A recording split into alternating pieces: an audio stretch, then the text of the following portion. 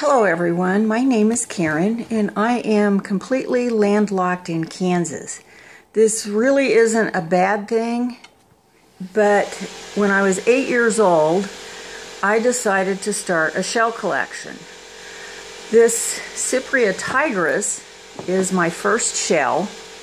My parents and sister and I were on a driving trip to the Ozarks, and on a stop we went to a Five and Dime store in Noel, Missouri. Lined up on one of the shelves in the store were these cowries. My mother bought me one and I kept looking at it and polishing it all the way home, and it was then, right then, that I decided that I wanted to make a shell collection. I didn't really know how difficult that would be, being landlocked in Kansas, but I was going to give it a go. So, of course, I still have this. This is the actual shell. And then a little while later, a friend of mine went to Acapulco, Mexico, and found this on a beach and brought it home for me.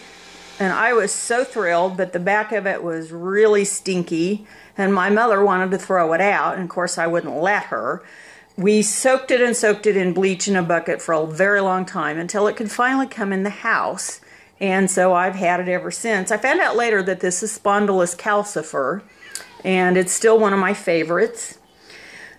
Some of the stores in the area that I lived in, this small town, would have a store that would sell in shell packs, in an abalone, in one of the pink abalone like this, collections or groups of shells, and with the plastic over them and everything. And one of the most prominent companies at the time was one called Quan Quan out of Los Angeles, California.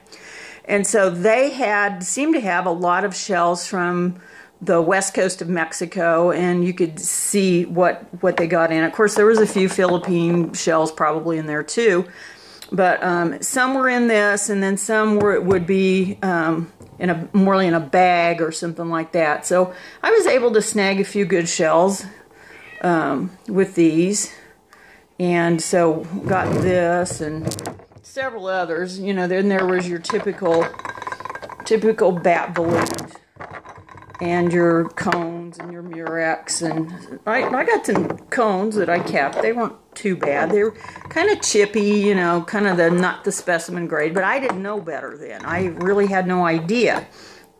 It's just that they were shells and they were going to live at my house. So I got a lot of these and many, many more.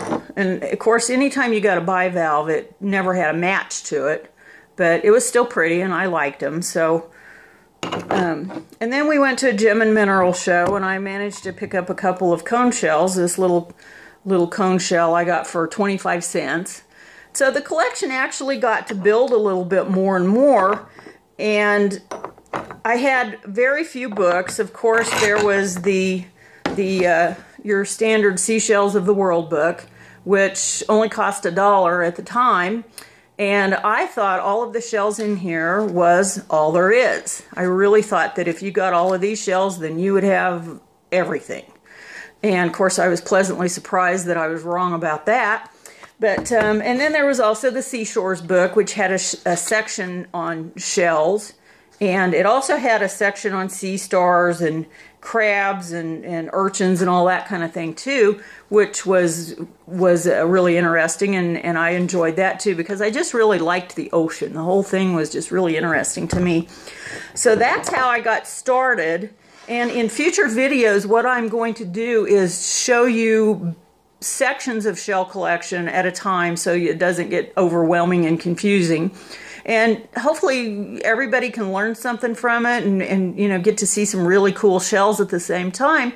So thanks for watching, and I hope you enjoyed this little bit here, and I'm hoping there'll be more. Thanks a lot. Bye-bye.